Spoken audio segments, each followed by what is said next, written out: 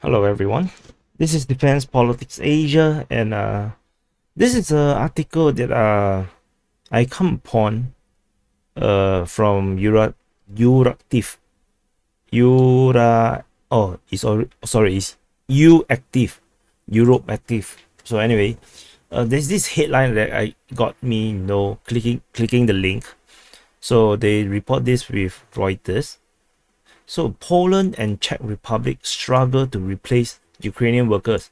So I was like, what? So that's very interesting. So I actually scroll down and let's find out. What is this about?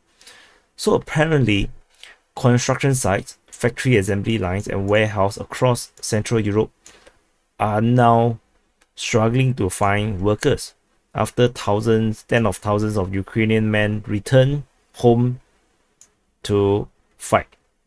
So they all return home to fight. And so in the past, Ukrainian workers went to Central Europe because they offer higher salary, and then to do jobs that locals don't really want to do in the construction, automotive, and heavy industry. So many of them all returned home to die after Russia invaded, and this worsened the labor shortage that some of these European countries are already facing.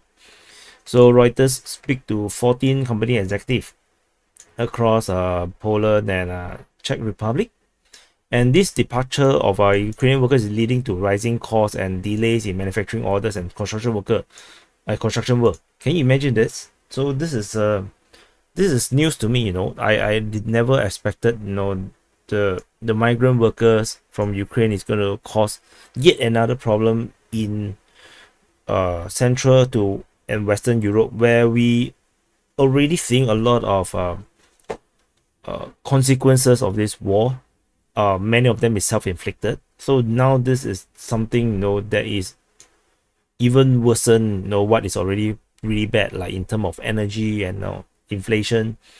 And Ukrainians are the largest group of foreign workers in Central Europe. In Poland and Czech Republic, they host, oh my god, 0.6 million and 0.2 million. So together they host almost a million foreign workers, and that is a lot of workers to lose, don't you think? So and then so 150,000 Ukrainian workers, mainly men, have left Poland since the start of war. So it's not that bad, but it's still rather bad. 150,000 out of 600,000. So that's like a quarter. A quarter have went home to die, and so many of the companies are now looking, on a massive scale for workers because of construction site due to the outflow, and subcontractors are failing to complete work like laying tracks because nearly all of the 30 Ukrainian workers have left. So this is very bad. So they're gonna contradict what the European Central Bank gonna say. They say that the influx of refugees from Ukraine is expected to ease Eurozone labor shortage.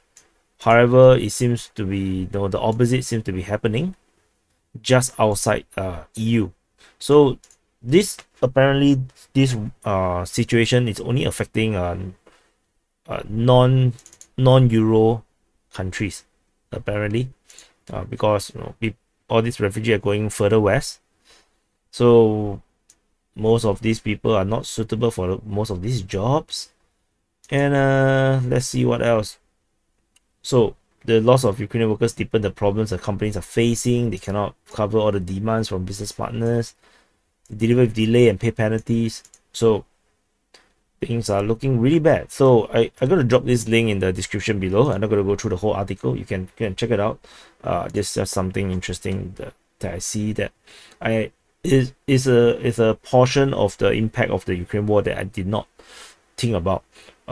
I never thought about Ukrainian workers being migrant workers in their neighboring countries, and I think this add another facet into how this war is affecting Europe. And if there is delay in Poland and Czech Republic, this is going to affect other European countries that are sourcing stuff from these two countries, and this will have a further impact down the line. So anyway, this is just Poland and Czech Republic struggling to replace Ukraine workers, and I'll see you in the next update.